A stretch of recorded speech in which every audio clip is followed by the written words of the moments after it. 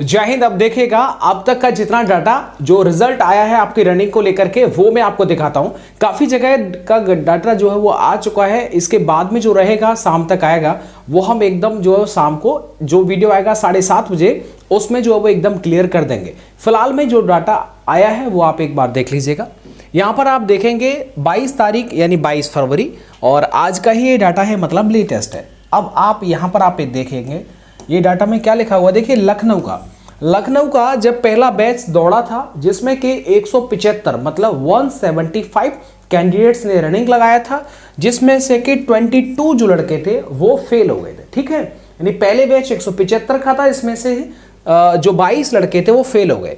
इसके बाद में चौथा बैच था 175 का जिसमें 12 लड़के फेल हो गए। ये लखनऊ का है जो अभी अभी का आया है। बाकी 3, 4, 5, 6, 7, 8 बाकी अन्य जो बैचेस हैं वो शाम तक इनका इंफॉर्मेशन आ जाएगा। अगर आप भी आज रनिंग में है, आपने रनिंग लगाया है और उसका जो डाटा यहां पर नहीं बताया है, आपको पता है कि भाई उसका पर्चा भी बाहर नहीं लग रहा है, आपको पता है कि कितना फेल कितना पास है, तो जरूर आप कमेंट बॉक्स के अंदर आप अपनी जो ये जानकारी है वो रख सकते हैं। इसके बाद देखिएगा फतेहपुर का मैं आपको दिखा दूं। फतेहपुर का साफ साफ है, पहला बैच जो दौड़ा था वो 150 का यानी 150 का दौड़ा है। कितने का? 150 का दौड़ा है, जिसमें से कि 17 लड़के जो डिस्क्वालीफाई हो चुके फतेहपुर में। इसके बाद दूसरा है वो 150 का है जिसमें कि 14 लड़के फेल हो गए। ये मैं जो जानकारी आपको दे रहा हूं ये आपके कहां की है साथी? ये आपके फतेहपुर की है। 17 पहले बैच में और दूसरे बैच में जो है वो 14 लड़के यहां पर डिस्क्वालीफाई हो चुके हैं। चलिएगा, इसके बाद अगला आप देखेंगे अलीगढ़ का शाम तक पूरा आ जाएगा, उसमें नो डाउट। पहला बैच 175 का था जिसमें 8 लड़के जो मात्र 8 लड़के फेल हुए। कितने? सिर्फ 8 लड़के ही जो है वो पहले राउंड में फेल हुए। अलीगढ़ का ग्राउंड सबसे बेस्ट ग्राउंड माना जाता है पूरे यूपी के अंदर। सबसे बेस्ट ग्राउंड जो है वो अलीगढ़ का माना जाता है। जैसे आप बताते हैं कि सर जी ट्रैक जो है वो रनिंग ट्रैक बेहतर है वहां पर।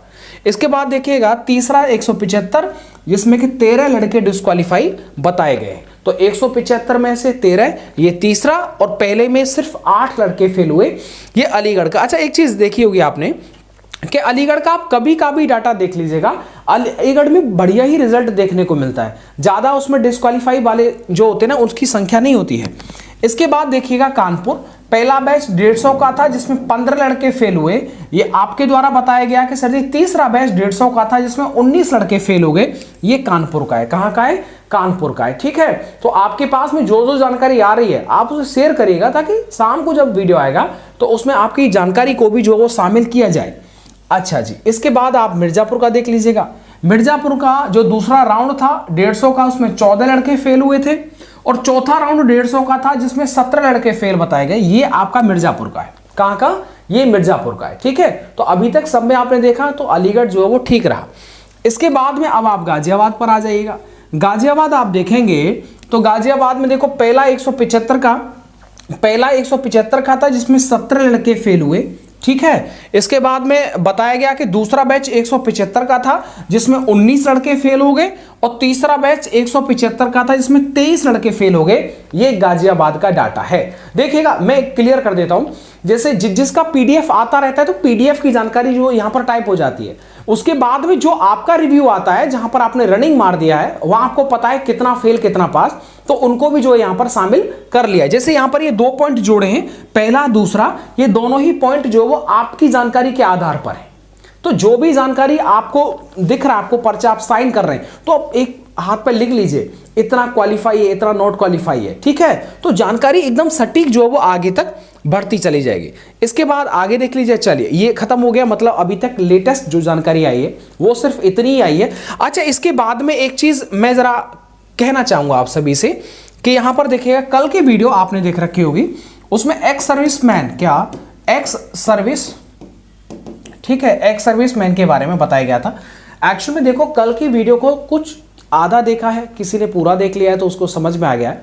जिन्होंने आधा देखा उनको कंफ्यूजन हो गया। कंफ्यूजन किस बात को लेकर के कि सर आपने एक्स सर्विसमैन के जो वो अगेंस्ट में बोला है कि मतलब वो नुकसान कर रहे हैं। देखिएगा भाई, नुकसान देखो, एक्स सर्विसमैन हो या फिर फीमेल हो, ठीक है, इन सभी का वैकेंसी जो होता है वो एकदम रिजर्व होता है। एक्स सर्विसमैन हो, फ्रीडम फाइटर हो, होमगार्ड हो या फिर फीमेल हो, इनका जो वैकेंसी है वो एकदम अलग ही होता है। जैसे मान लीजिएगा टोटल वैकेंसी है 100, अब मान लीजिएगा फीमेल का 10% मतलब 10 इधर कर दिया, इसका भी आप 10% मान लीजिए, एक सर्विसमैन का 10 हो गया, होम गार्ड का भी 10% मतलब 10 हो गया, सीधे सीधे मतलब 30 जो वैकेंसी हैं वो रिजर्व हो गई, इनसे आपको कोई मतलब नहीं है, ठीक है।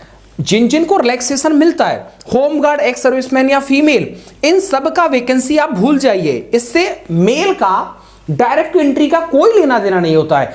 इसमें चाहे महिलाएं कितनी भी फेल हो जाएं, कम हो या ज्यादा हो, वो आपके जो वैकेंसी है उस पर कोई प्रभाव नहीं डालती हैं।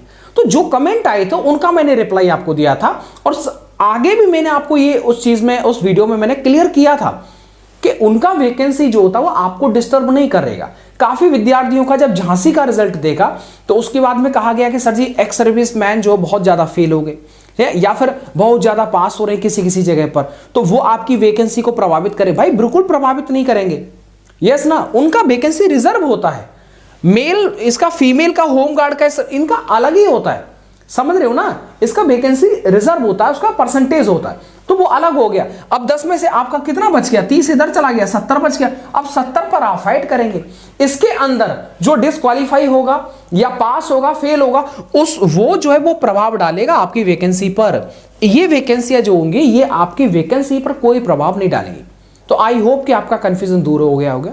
मेरा उद्देश्य बिल्कुल ये नहीं कि भाई एक्स सर्विसमैन की वजह से और जो आपकी वैकेंसी प्रभावित हो रही है, ये बिल्कुल भी फैक्चुअल बात नहीं है वो चीज। तो आधी अधूरी देख करके कमेंट किए गए कि भैया ऐसा आपको राम भाई नहीं कहना चाहिए था हमारे बारे में, तो मैंने कहा फिर इसीलिए मैंने आज ध्यान से इस वीडियो के अंदर ये बातें शेयर की गई। अगर ऐसा लगा हो तो उसके लिए एक्सट्रीमली सॉरी, मेरी तरफ से माफी मांगता हूं। अगर ऐसा आपको लगा हो कि भाई राम भाई यार आपने ये शब्द गलत कहा था, इसको आप वापस लीजिए, तो बिल्कुल श्योर अगर लगा है तो, और उसके बाद में भी मैंने पूरा वीडियो आप देखेंगे तो लास्ट में भी ये चीजें जो जोड़ी गई हैं। जो एक्स सर्विसमैन है उसका फेल होना ज्यादा या कम आपको प्रभावित नहीं करेगा, क्योंकि एक्स सर्विसमैन का जो रिजर्वेशन है उसका वो अलग ही हिस्सा है, समझ रहे हो ना।